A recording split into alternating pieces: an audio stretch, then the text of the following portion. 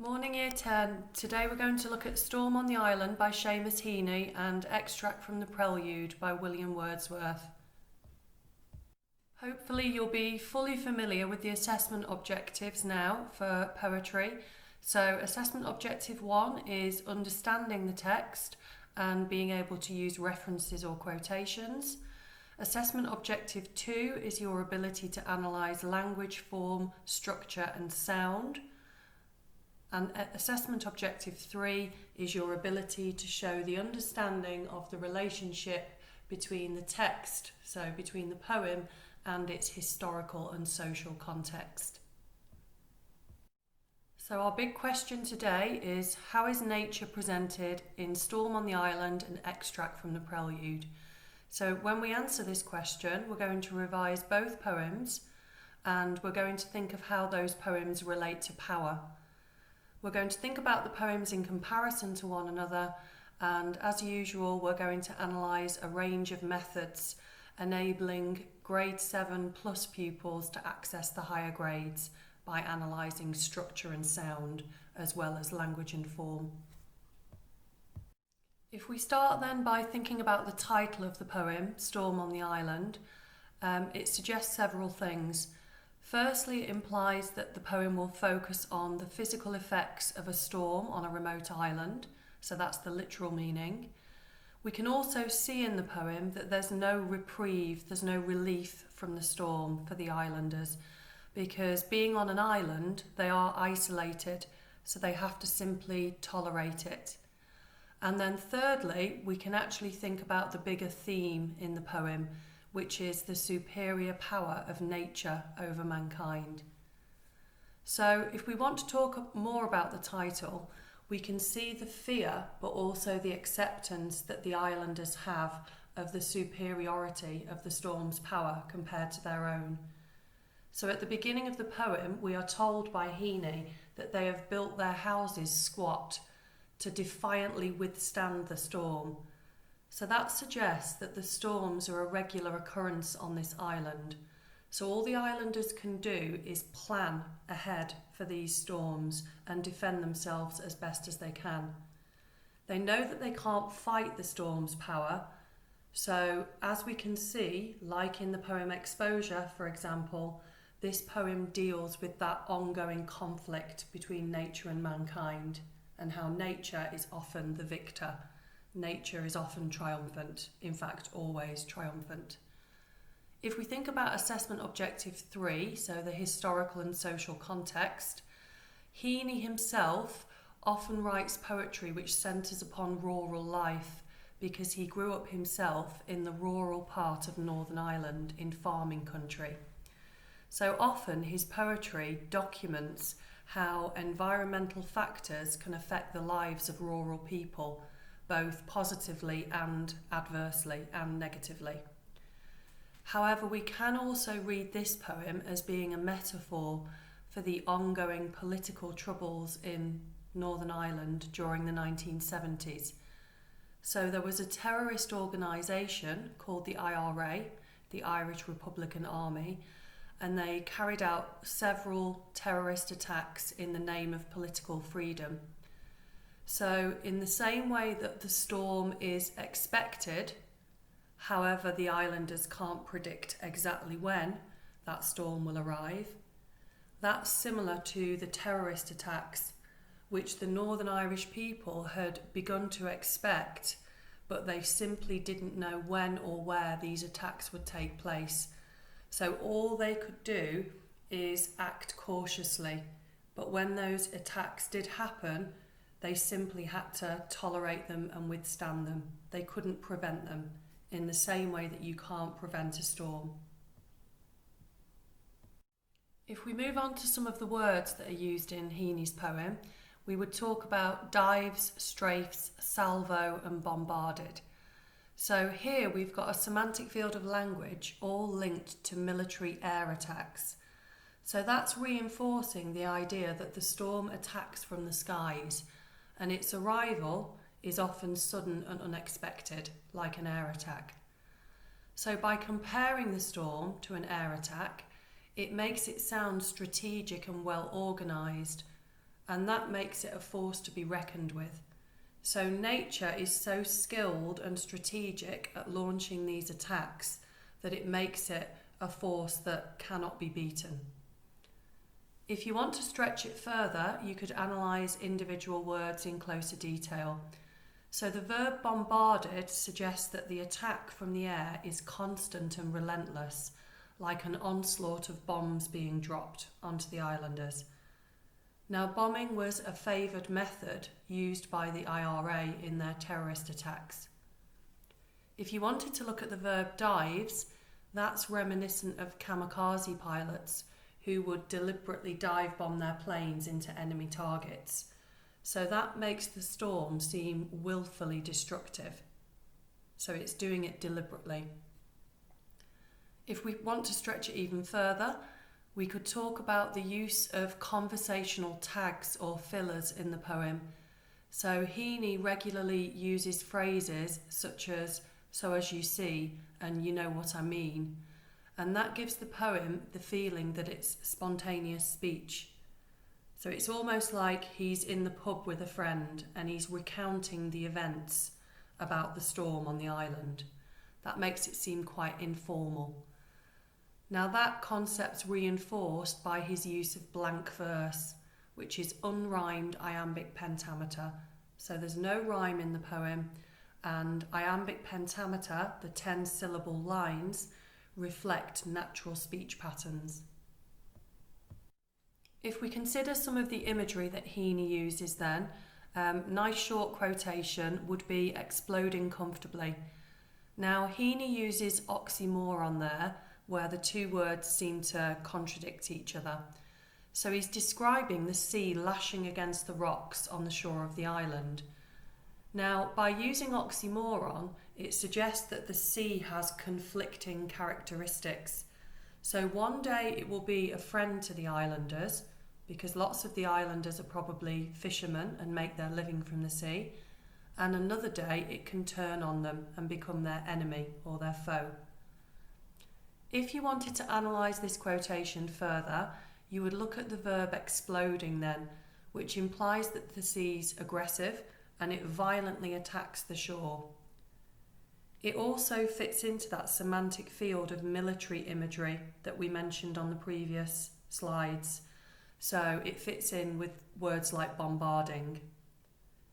Now, the fact that the sea explodes comfortably, the adverb comfortably there seems to be opposite to the verb choice, because it suggests that the sea is exploding in a casual manner. It's doing it with ease.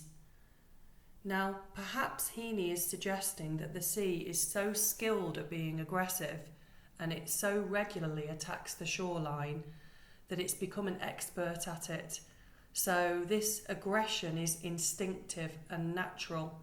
It doesn't particularly need to try very hard to be aggressive. So it's a very skilled opponent. He uses oxymoron later in the poem again when he says it is a huge nothing that we fear. Now that in itself is paradoxical. So it's a paradox, because something that is nothing is not able to be described as being huge. But perhaps what Heaney is suggesting is that even though it's invisible, the air, its sheer vastness, its sheer size makes it incredibly intimidating. And in fact, the concept of it being invisible makes it even more frightening to the islanders, because you can't predict where its next attack is coming from, particularly because Heaney tells us there are no trees on the island. So the islanders can't see the storm approaching, because normally the trees swaying in the wind would indicate that a storm is coming, but they have no signal whatsoever. As we know, being able to talk confidently about structure elevates your grade. So a structural point you might refer to is in the quotation, "Spits like a tame cat turned savage, we just sit tight." So in the middle of that line you have a full stop.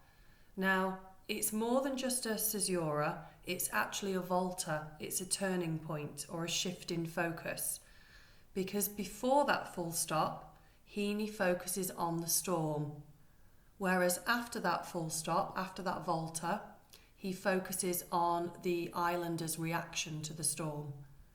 So you can see that he juxtaposes the impact of the storm against the islanders' reaction. And we can see from the islanders' reaction of "we just sit tight" that they're completely useless. They can't do anything other than just sit there and wait for the storm to pass. Now, if you wanted to actually analyse that quotation for the imagery used, you might look at the simile, "spits like a tame cat," again referring to the sea. Now, that simply reinforces what I said on the previous slide, that usually the sea will be a friend to the islanders. So, as I mentioned, lots of them might be fishermen and make their living from the sea. So, like a domestic pet, it's most often their friend. However, like a cat, which can unpredictably turn on you at any instant and jump out and scratch you, the sea also can unpredictably turn on them and attack them. You could also talk about how up until this volta, up until this full stop, there are 5 lines describing the storm with no end stops, so enjambment is used. Now that has the effect of building up the intensity of the storm. However, after that volta, there are only 2 lines describing the islanders' response to the storm. So that in itself shows that the islanders are almost insignificant in comparison to the storm. If we want to comment on Heaney's tone in the poem, you might look at the quotation, "but there are no trees, no natural shelter." So the poem's tone is quite pessimistic, it's quite negative. There's a sense of acceptance that they're inferior to the power of nature. So the quotation itself reinforces that the island is quite barren and infertile, nothing grows there. So that means there's no shelter from the storm and there's no warning signs that the storm's coming, because the branches and the leaves of the trees would sway and indicate the building winds if there were any trees on the island, which there aren't. So perhaps Heaney's suggesting that the natural environment is quite hostile towards mankind. Heaney actually tells us that if nature was merciful and kinder, it might have actually populated the island with trees, because the trees can raise a tragic chorus in a gale. So that suggests that they might be able to indicate to the islanders that the storm was approaching, so at least they were better prepared. It might also distract the islanders from the storm's impact upon their homes, because in this poem, the only thing that the storm has to attack is their homes. So it focuses solely on destruction of mankind's residences. For assessment objective 3, you could say that the despairing tone of Heaney against the formidable power of nature could link to Heaney feeling that the people of Northern Ireland were completely helpless in combating terrorism, because like the storm, the attacks are completely unpredictable and unprovoked. To summarise the points Heaney seems to be making about power in this poem, we would say that he's suggesting nature is more powerful than mankind, which is a recurring theme in several poems, and it's a formidable opponent. Mankind has to concede, mankind has to give up power to nature, and all we can do is merely defend ourselves valiantly against the attacks of nature. He also seems to be suggesting that nature's attacks are all the more intimidating because they are unpredictable and unprovoked. And finally, the power of nature seems to lie in its strategic coordination of all the elements working together. And that was very similar to exposure, where the rain, the wind, the snow, everything seemed to work together to attack those men in the same way that Dawn was massing in the east her army, suggesting that nature is very strategic and it has a definite plan of attack. Some of the themes he seems to be addressing then would be the invincible, indomitable and immortal power of nature. Indomitable means it can't be beaten. Immortal, well, nature is going to live forever, whereas mankind isn't. He also seems to be dealing with the theme of mankind's powerlessness against the force of nature. And finally, if we think of the poem as a metaphor, he could be addressing the theme of terrorism and seeing terrorism as a form of tyranny or as a form of dictatorship, which results in its victims being submissive. To access the highest grades then, you could talk about the sibilance that's used in the flung spray hits the very windows and spits like a tamed cat turns savage, where the sibilant S sounds are used to imitate not only the splashing sound of the waves hitting the rocks, but also the hissing sound of a cat when it's ready to attack. Within that quotation, you have also got dissonance, which is where there are lots of conflicting vowel sounds, making it actually quite challenging to read out loud. And that dissonance might suggest that all the elements of nature are clashing chaotically to create this disharmony, and it's creating utter bedlam and chaos for the islanders. In the lines when it blows full blast, where that slash indicates a line split, the plosive B sound of blows and blast are used to imitate the aggression of nature's attack. So the fact that the line beginning with blast starts with a plosive sound imitates another gust of strong wind buffeting the islanders. Moving on to William Wordsworth's poem, extract from the Prelude. So the title reveals that the poem is actually an extract from a longer epic poem about his life, where an epic poem is a particularly long poem detailing all of Wordsworth's life. The poem is autobiographical, so the events in it are true things that happened to Wordsworth, and this particular extract deals with an incident in Wordsworth's teenage years where he stole a boat.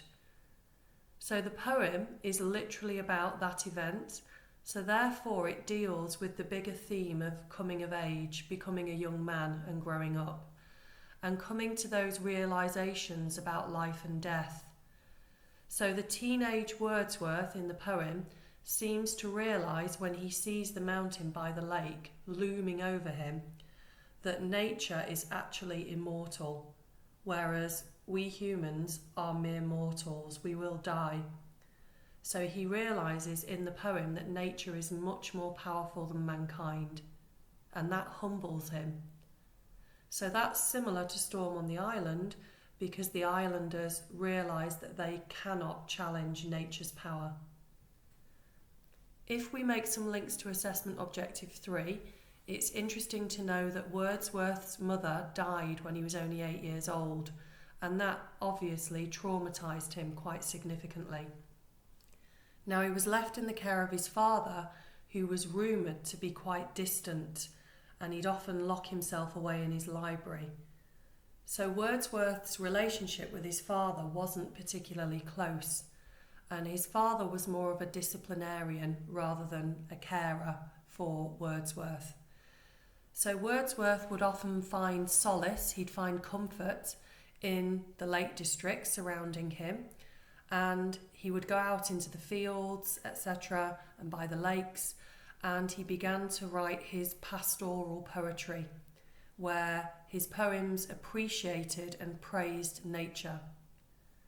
So you can see that this poem as well links into the idea that nature, even if he's not exactly praising it in this poem, should be respected and revered, and it's quite awe-inspiring.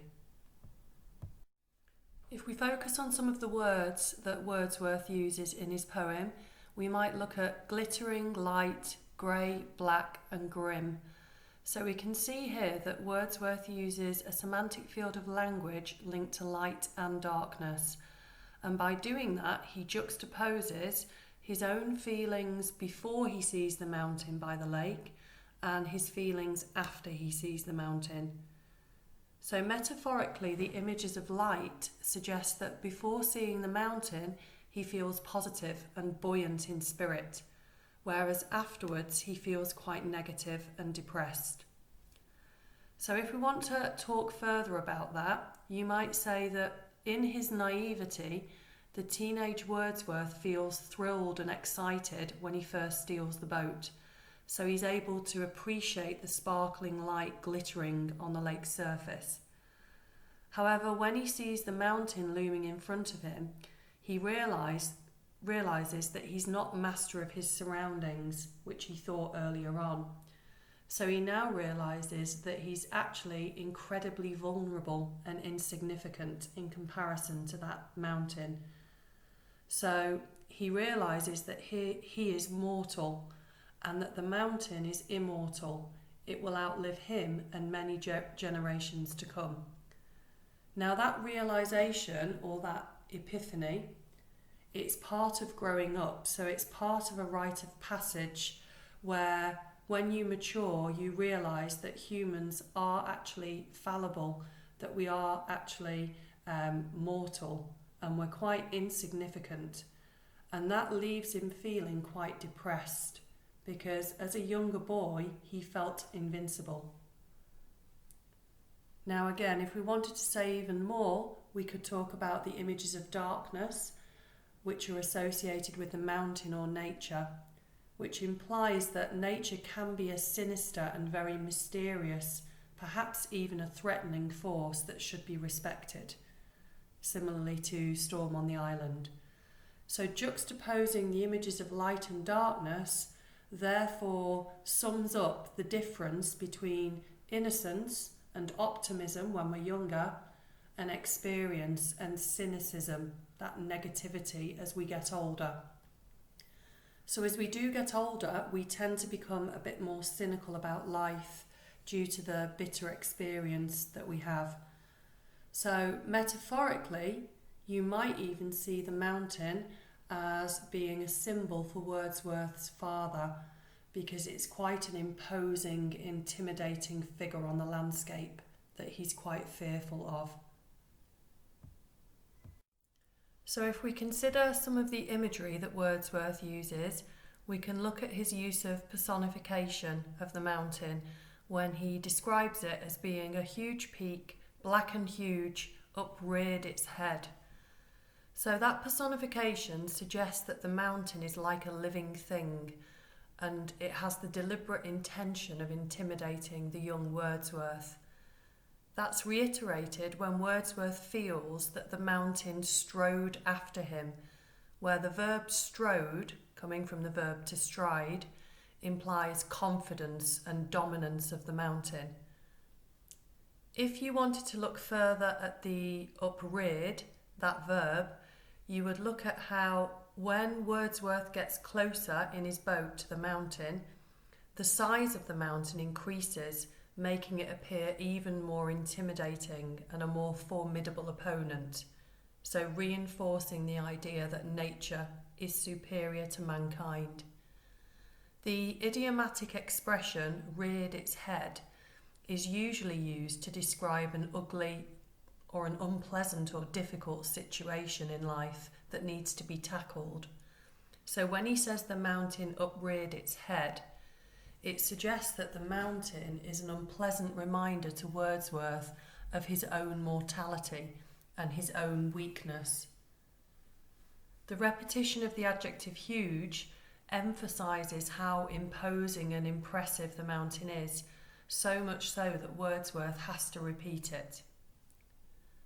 Again, when he makes reference to the mountain's head, personifying it, it supports the interpretation that the mountain could be a metaphor for his father, who may also have only shown his face when Wordsworth needed disciplining.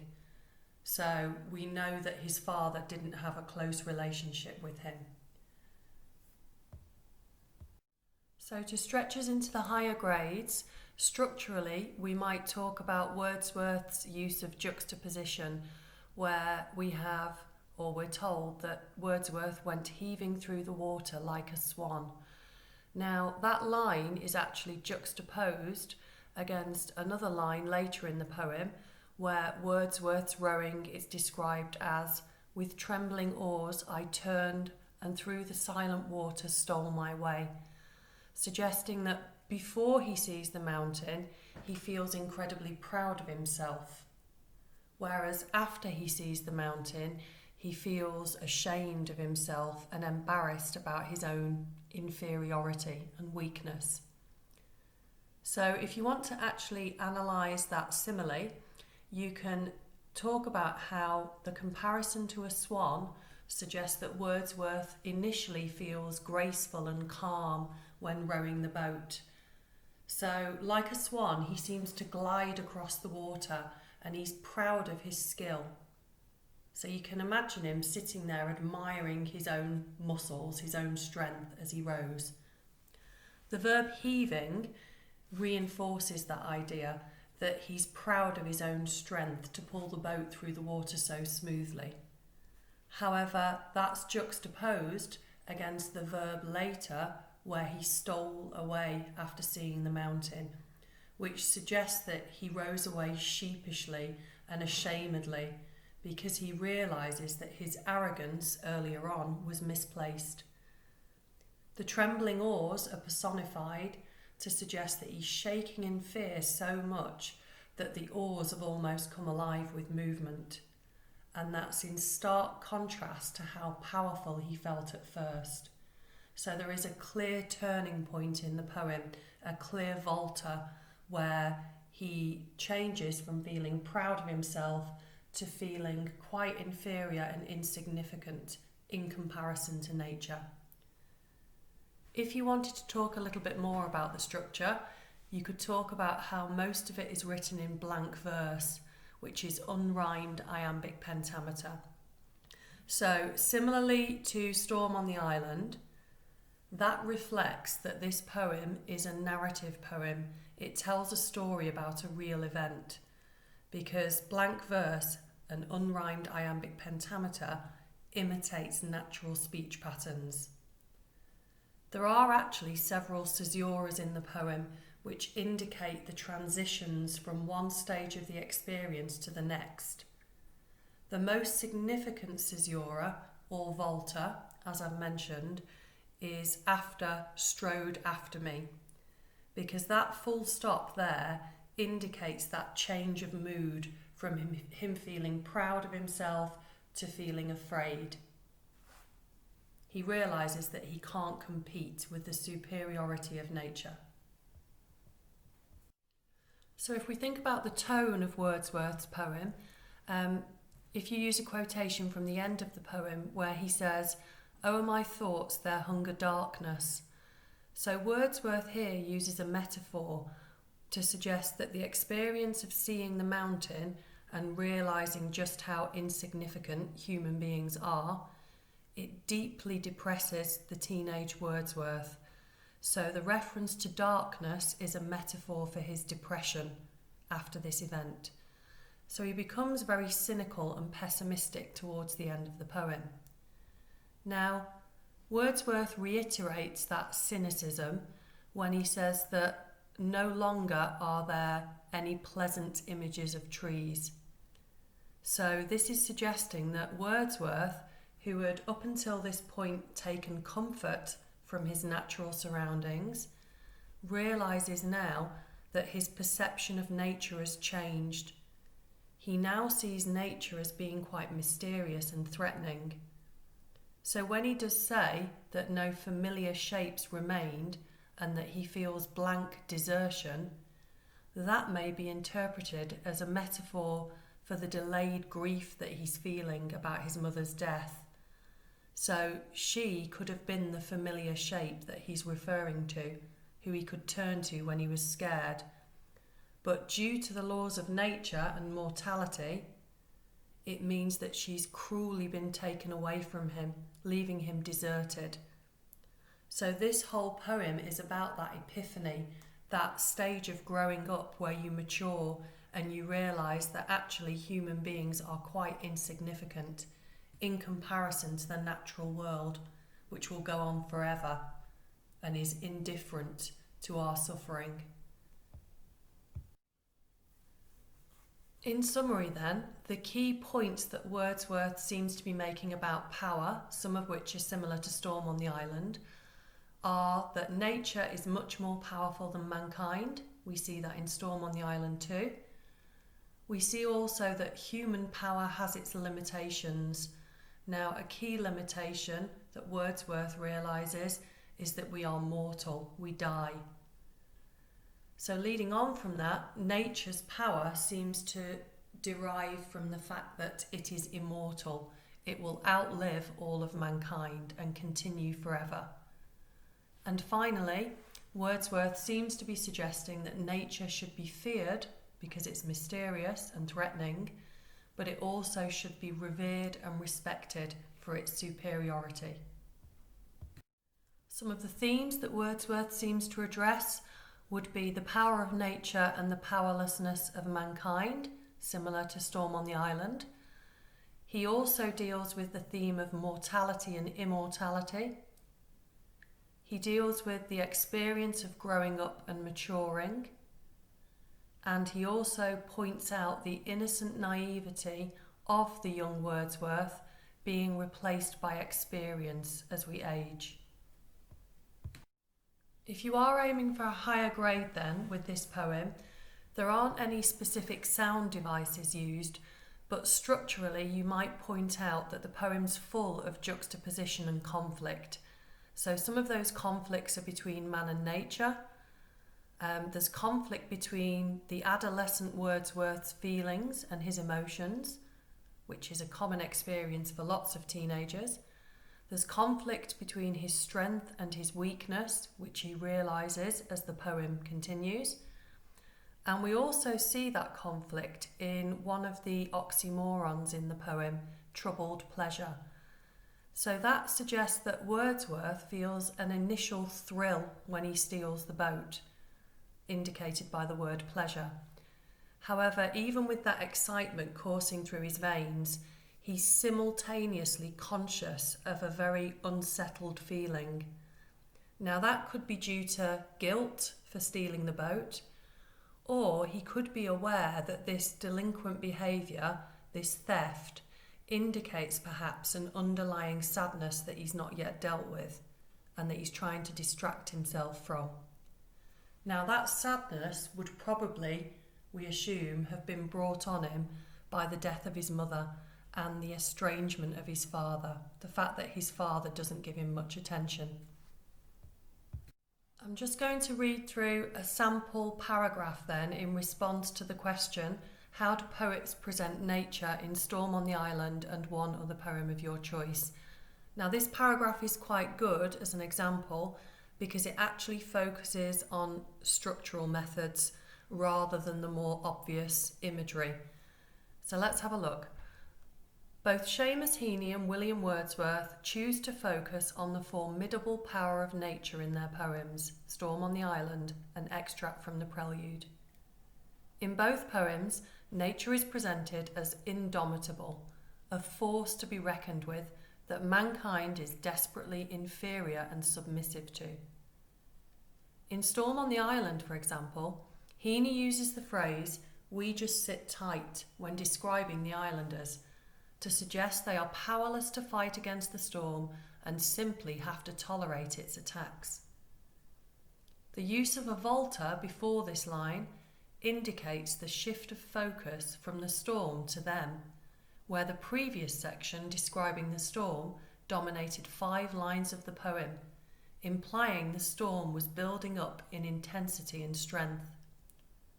The use of enjambment in this section added to this effect and is juxtaposed against the 2 paltry lines describing the islanders' pathetic response. Similarly, In Extract from the Prelude, Wordsworth uses a volta to show that when the mountain strode after him, Wordsworth turned his boat immediately around and stole away. The volta again demonstrating the shift in focus from the power of nature, which seems confident and aggressive, to the mortal boy's insignificance and fear. The verb stole indicates that the young Wordsworth is ashamed and embarrassed that he initially considered himself strong when pitted against such a powerful opponent that is nature. So hopefully you can see how AO1 is addressed in there, because it comments on the power of nature, which is the focus of the task, and AO2 is addressed with particular reference to structural features, voltas, etc. If you wanted to develop that further, potentially you would make some links to assessment objective 3. So, the metaphorical meaning of the poem Storm on the Island. You might link it to Wordsworth's experiences of his mother dying, etc. But make sure the comments you make are linked explicitly to the question and to the points that you are making. So read through these again at your leisure, some top tips about how you would write an exam response when you come to doing that.